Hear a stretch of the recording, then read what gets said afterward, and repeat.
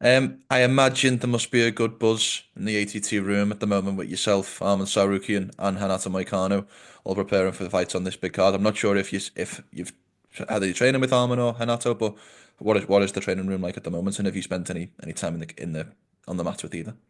Yeah, I've trained with both a bunch. I train with Moicano a little bit more than I train with Armand, but that's just because Moicano's there year round. But Mm, yeah, I've helped Armand get ready for this fight. We haven't done any sparring rounds this camp just because he's not similar to my opponent, and I mm, don't want to stand southpaw, through my whole camp because mm. that's not what I'm gonna do. Um, but we've grappled a bunch, we've drilled together. Like he's ready, man. And honestly, right now, I think he's got the best chance of beating Islam Makhachev right now, and I'm really excited to see both these guys fight. But I'm focused on my fight. I love both these guys. I pray that they win, but if they go 0-2 and I win, I'll still be a happy man. I was going to ask about that because we often hear this thing about like there's an extra buzz in the gym, but MMA is a selfish sport where you win or you lose. So is there such a thing as that? Does there feel anything else going on in the gym? And I say that with conscious of the size of your gym and that there's so many fights week over week. It must feel like there's always somebody preparing. But do you feel any extra buzz as you go into UFC 311? Yeah, I wouldn't say there's any extra buzz. I definitely think that I think a lot of people are excited for this card, so that's nice. Mm, And the nice thing is I get to go first. yes. I'll be back in the hotel room eating pizza with my wife before Moicano even Mm, steps into the cage. So I'll get to watch that. There'll be no nerves for me on who goes first. And neither of these guys are so mentally tough. I'm so mentally tough. Like just God forbid I lose against Diego, it's not going to mess with them. They don't mm. care. Like they're not going to lose any sleep over my problems. So I'm the same way. If I was the main event and Armand and Moicano both lost, I'm not losing any sleep, man. I'm in this for me. And I wish them the best. They're my friends and my training partners, and I will help them as much as possible. But I'm in this for me. I know you've been through a similar experience with the fight at UFC 302, but is there any extra of a motivator fighting on the undercard when the lightweight title is on the line, when there's something that you covet will be fought for later on in that night? Is that any extra motivator at all? Yeah, I wouldn't say it's a motivator, but I Okay. do think that it's nice to kind of see.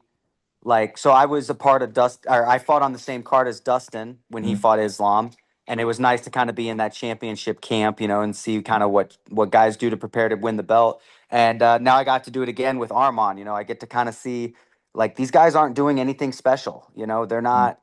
They don't have a an extra day of the week. They don't have, they're not running the extra mile. Like they're doing what I'm doing.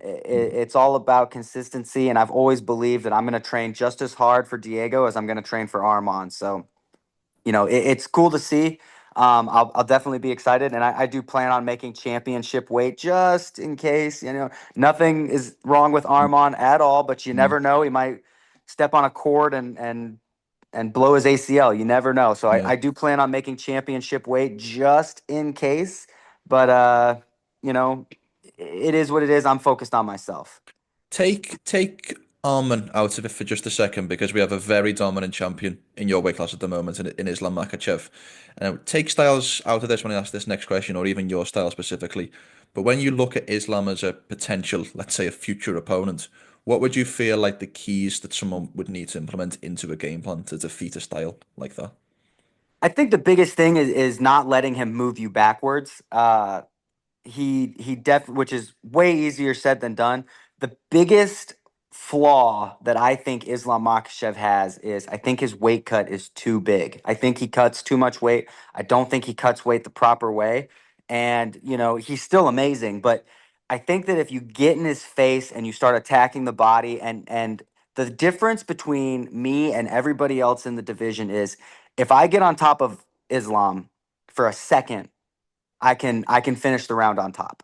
If he gets taken down one time, I've banked that round. I've put in the hooks. I throw in the body triangle. I'm trying to choke him for the entire round. Now he's down 1-0. So I definitely think the biggest thing is staying off the cage and being able to wrestle with him and being able to wrestle first. I always thought that would have been the best way to beat Khabib is wrestle first. When we watched Khabib fight, I believe it was Abel Trujillo. I think that's who it was, took Yes. him down pretty easily. And he was kind of known for being a boxer and shot in, took him down. Gleison Tebow did really well against Khabib, shot in, took him down first. I think there's ways to beat these guys by going first. And Yeah. I think we saw that with Arman versus Islam in their first fight. It's just Arman doesn't have the control that I have. He's probably got a little bit better takedowns than I do, but he doesn't have the control that I Mm. have. Almost working to the principle of fighting wrestling fire, but wrestling fire, if you will.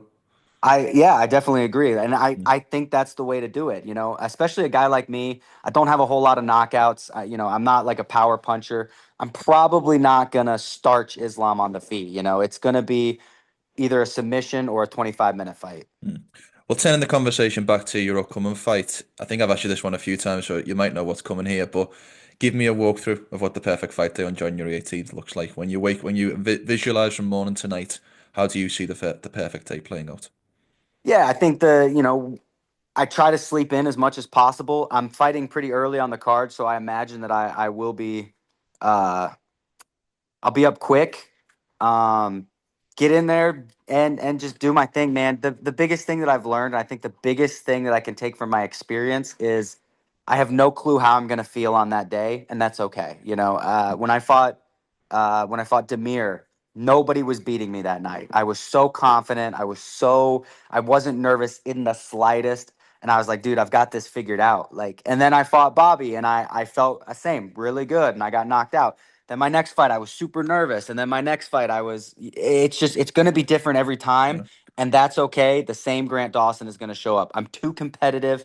I want to win too much. Doesn't matter how I feel. I'm going to show up and fight. I love it. Well, Grant, it's always a pleasure catching up. Thank you so much for your time. Have a great and safe rest of camp, and best of luck for the next fight. I appreciate it, man. Happy New Year, by the way. Happy New Year to you too.